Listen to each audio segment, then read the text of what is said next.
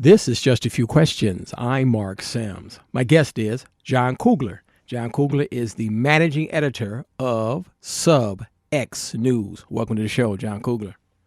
Good morning, Mark. Good morning, Mark. Happy Sunday to you, my brother. I'm so happy that you're here. And no matter when people hear this podcast, the streets of Chicago going to be the streets of Chicago. Wait, we're going to change that in about 5 minutes. But first, tell the people, what is SubX.News? Well, we're an online news aggregate. It's a one-man show. I'm the editor. I'm the reporter. I'm the poster. I also sweep the floors and take out the garbage. So I see you on. I see SubX.News on social media. People can go to social media and find SubX.News, and you are out there in the streets of Chicago. And I'm talking about some of the mean streets of Chicago. So you're the person to ask this question: what would really make the city of Chicago the safest big city in the United States? Well, Chicago's always been mean. We know that from the beginnings, right? When we were a fur trading outpost here. What would make it safe? I believe what started it, opportunity. That's what I believe in. I believe in opportunity. And when there's opportunity, people become creative, people become productive, people start seeing a vision of who they want to be. That's the way I see it. And a lot of the problems that we see on the streets are just manifestations of young people, of others that either don't have nothing to do, they don't have too much, or they have too much time on their hand, or there's a lot of negativity out there, right? There's some things that need to be addressed through the criminal justice system, maybe the mental health care system. But my thing is we're on a downturn. We're in that what we call the rust belt has reached us. You know, the steel is rusting in the city of Chicago, and when there's nothing we can do about it. It's just something that happens. It's change. It's industrialization that's now changing to the digital age, and we have to embrace it and accept it. And when we don't embrace it and we don't accept it, especially that second part, and we're in denial of what's going on, then we're in the bad space. You know, when we have politicians and we have people that I call them the spin doctors are on TV saying everything's okay, and we have 8-year-old children being killed. We have double and triple murders of females by Venezuelan gang members. When we have domestic killings, when we have jailins who protecting their mom from a paroled criminal, a known abuser, and he's protecting his pregnant mom from this killer, and he gets. But people don't know that Jalen was a young man on the far north side of Chicago. That's what we're talking about, right? Yeah, Jalen protected his mom from a parolee who should have probably never been paroled. The parole board didn't inform the mom that he was getting out. He was known to attack her and abuse her on a regular basis. In fact, he was in prison for that kind of stuff. And the parole board failed to inform the family he was getting out. And Jalen, the hero, beautiful young man. If you haven't seen this story, it's very heart-wrenching. In fact, right now I'm getting emotional thinking about it. He's a beautiful young man. He was a dancer. He was a singer. And he was a man. He was a man who was protecting his mom from a bad guy, and he lost his life. I mean, these are tragedies that. And he was a young man. He was less than 15, 14 years old, something like that, right? Yeah, I think it was 11. He was younger than that. He was preteen. He was preteen. Okay, I'm sorry. Yeah, and he was protecting his mom, and that's what we're talking about here, right? Listen, we're gonna end this real quick. The point is that I think that the politician, well, it's two things. The masses don't even listen to a podcast like this because it's too depressing. I got it. And they put their heads in the sand, and it's nothing they can do. And maybe the Lord has to come down and save us. And I don't think it's going to happen. Not to sound mean on a Sunday morning, people, but I don't want to sound. But the point is that we're the change that we need, and people got to stand up and say we are going to stop this. So when are the politicians and the masses going to say, we are going to stop this? Well, that's the point. We need to stop this because one of the things is we keep waiting for others to save us. And to save us from who? It's us, right? We run the city. The politicians owe us to listen to us, not the other way around. And they need to start servicing us, and we need to start getting there. And that's why I started this podcast out at Opportunity.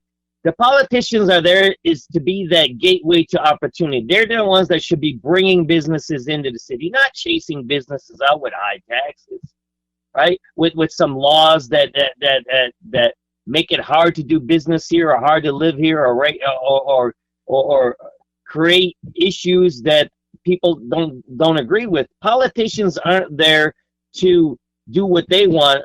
They're there to serve us, and that's why I keep going to Opportunity.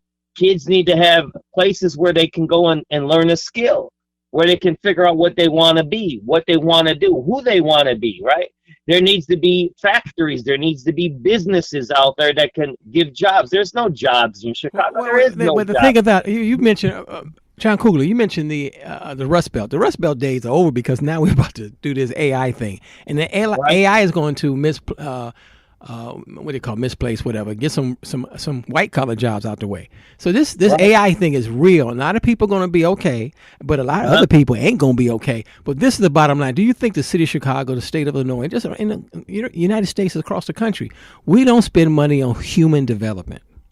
Because we say these people are low income, they're poor, there's not enough good jobs, they're going to stay poor, and if they don't behave themselves, we're going to put them in a jail cell or let them kill each other. When is that going to stop? When are we going to say, no, we're not going to do that anymore? It's exactly what you just said, Mark.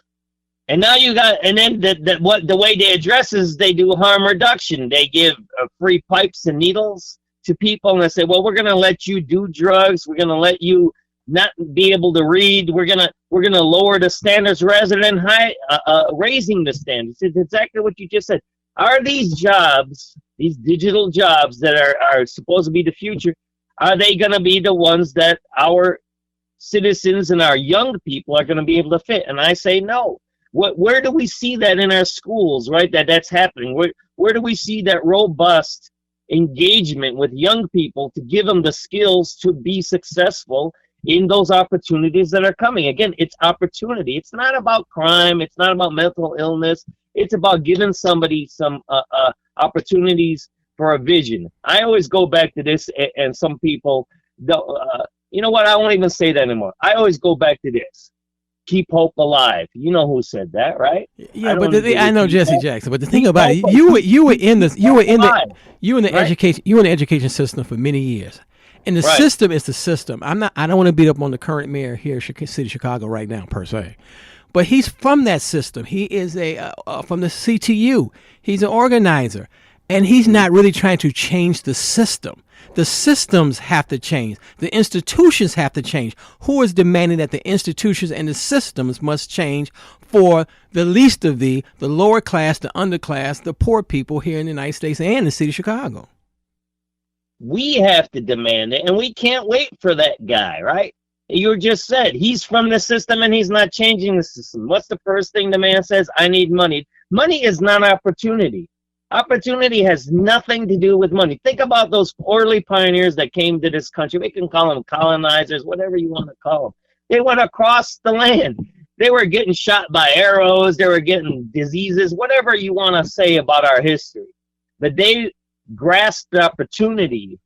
They went after opportunity. They were allowed to have opportunity. This man that we have as a mayor and other mayors and other politicians, they don't give us opportunity. They ask for money. It's like a blackmail. He says, give me money and I'll fix something. What are you talking about? That's not how things work. Opportunity is about giving somebody the hope, the vision that there's something in the future they can do. There's a job on the corner. There's a factory there. There's a good school over there. There's a clean sidewalk over there. There's a park where you can go play basketball and don't worry about getting shot. That's the opportunity. When you don't have those things, then the person has to become defensive. He has to carry around a chopper. You know what a chopper is, right? That's the guns, right? With the switches. That's what the kids call them, choppers, right? Because they chop people down. Right? You ever listen to rap music? You can listen to this. That's embedded in the culture. Why? Because it's a protection mechanism. I'm not making excuses for crime here. But when you have a 14-year-old carjacker, a 12-year-old murderer, that's something wrong with the system. It's what you said, Mark. So the system is what? Supposed to be controlled by these politicians, and the guy says, I need more money. Well, what's money have to do with fixing something? It has nothing to do with something.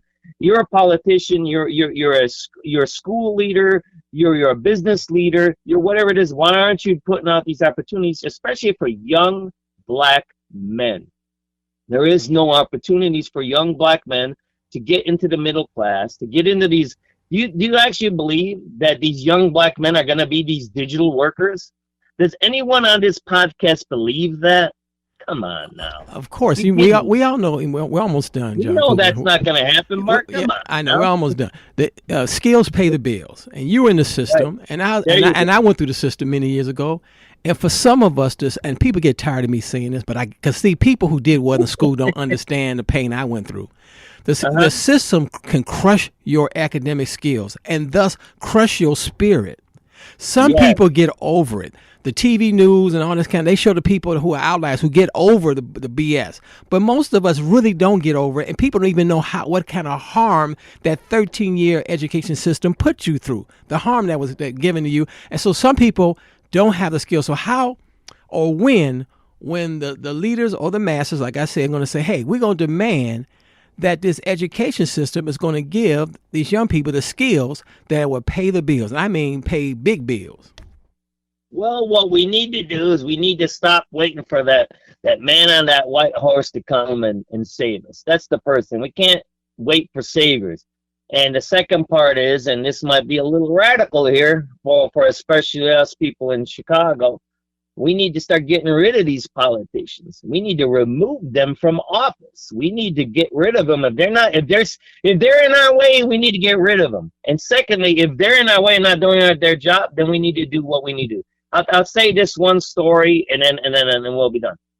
In the back where I live in the back by the stockyards. I live in that area of the city. You know, the jungle up in Sinclair, and they had all these meat packing places. Well, they didn't wait for a politician to do something. There was a place called Armor Institute. They were one of the biggest packing companies, and they created something called the Armor Institute. It was a place where they trained the workers for the stockyard to be engineers, to be technicians, to build the new machines, to build the new systems. What you're talking about, the new systems. You know what Armor Institute is now? IIT.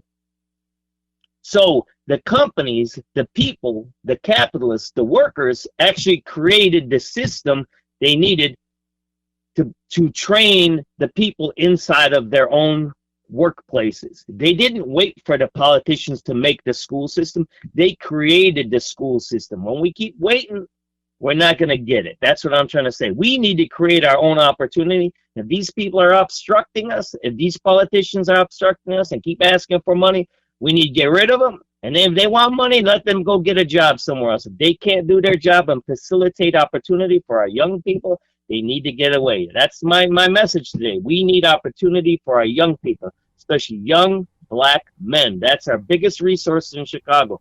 And I'm going to tell you, if you haven't been in the system and you don't know these young black guys, they're really smart, they're really resilient, and we don't watch out, you know, that they're going to be another lost generation, and we need to be careful for that, because, you know, we're going to be older, and we need people that can facilitate the things that we need when we get older. They need to run the government, they need to fix cars, they need to run restaurants, right? They need to those are the things that we have to think about as a continuum in society. So we have to give these opportunities to these young people, and that's where we're failing them.